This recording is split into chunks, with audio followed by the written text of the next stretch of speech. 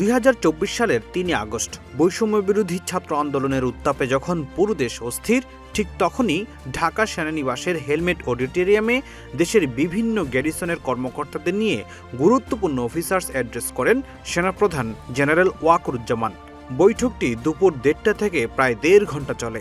প্রায় 30 মিনিটের বক্তব্যে সেনাপ্রধান ব্যাখ্যা করেন কেন সেনাবাহিনীকে বেসামরিক প্রশাসনের সহায়তায় মোতায়েন করা হয়েছে। তিনি বলেন, সরকার সংকট মোকাবেলায় সেনাবাহিনীকে দায়িত্ব দিলে সেই নির্দেশ পালন করা সাংবিধানিক দায়িত্ব।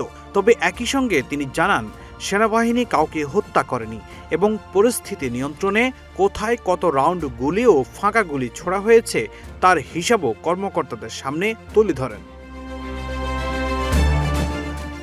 বক্তব্যে তিনি কর্মকর্তাদের সামাজিক যোগাযোগ মাধ্যমের গুজবে বিভ্রান্ত না হওয়ার আহ্বান জানান। তার ভাষায়, সোশ্যাল মিডিয়ায় যা দেখছেন সব সত্য নাও হতে পারে, গুজব এড়িয়ে চলুন। একই সঙ্গে তিনি বলেন, রাষ্ট্রের সম্পদ রক্ষা এবং দেশের স্বাভাবিক পরিস্থিতি ফিরিয়ে আনাই সেনাবাহিনীর দায়িত্ব। বৈঠকের এক পর্যায়ে সেনাপ্রধান 2টি গানের লাইনও উল্লেখ করেন। একটি ছিল, আমি তো প্রেমে পড়িনি, প্রেম আমার উপরে পড়েছে, যার মাধ্যমে তিনি বোঝাতে চেয়েছিলেন এই সংকট সেনাবাহিনী সৃষ্টি করেনি, বরং পরিস্থিতির কারণে তাদের দায়িত্ব পালন করতে হচ্ছে। আরেকটি ছিল আইয়ুব বাচ্চুর গান থেকে নেয়া, আর বেশি কাঁদালে উড়াল দেব আকাশে, যা উপস্থিত কর্মকর্তাদের মধ্যে গভীর আবেগের সৃষ্টি করে। এরপর তিনি সিনিয়র কর্মকর্তাদের পরিবর্তে ক্যাপ্টেন, মেজর ও লেফটেন্যান্ট কর্নেল পর্যায়ের কর্মকর্তাদের বাস্তব অভিজ্ঞতা শুনতে চান। একাধিক কর্মকর্তা আন্দোলনকারীদের বিরুদ্ধে প্রাণঘাতী শক্তি ব্যবহারের বিরোধিতা করেন এবং সেনাবাহিনীর ভাবমূর্তি নিয়ে উদ্বেগ প্রকাশ করেন।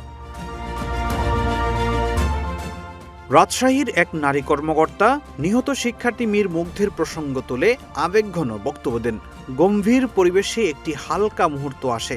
মোহাম্মদপুরের একটি ভাইরাল ভিডিও নিয়ে এক ক্যাপ্টেন জানান, ভিডিও দেখে পরিবারের সমালোচনার মুখে পড়লেও তার স্ত্রী মজা করে বলেছিলেন ভিডিওতে তাকে কিউট লাগছিল।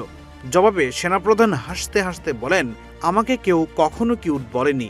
এরপরে তিনি আবার আলোচনাকে গম্ভীর করে বলেন, সেনাবাহিনী সর্বাগ্রে দেশ ও জনগণের স্বার্থ রক্ষা করবে।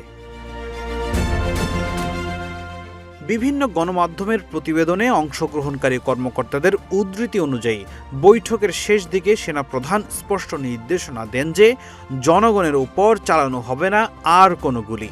তবে এই বক্তব্যটি আইএসপিআরের আনুষ্ঠানিক সংবাদ বিজ্ঞপ্তিতে হুবহু প্রকাশ করা হয়নি। এটি পরবর্তীতে বৈঠকে উপস্থিত কর্মকর্তাদের বর্ণনার ভিত্তিতে বিভিন্ন গণমাধ্যমে উঠে আসে। এই বৈঠকের মাত্র 48 ঘন্টা পর অর্থাৎ 5 আগস্ট শেখ হাসিনা প্রধানমন্ত্রীর পদ ছেড়ে দেশ ত্যাগ করেন। এরপর বাংলাদেশের রাজনৈতিক পরিস্থিতিতে বড় পরিবর্তন আসে। 3 আগস্টের এই বৈঠকের সেই পরিবর্তনের অন্যতম গুরুত্বপূর্ণ বাঁক হিসেবে বিবেচনা করে থাকেন অনেক বিশ্লেষক। যদিও বৈঠকের সব আলোচনা বা সিদ্ধান্ত আনুষ্ঠানিকভাবে কখনো প্রকাশ করা হয়নি। ফখরুল ইসলাম, ইত্তেফাক নিউজ।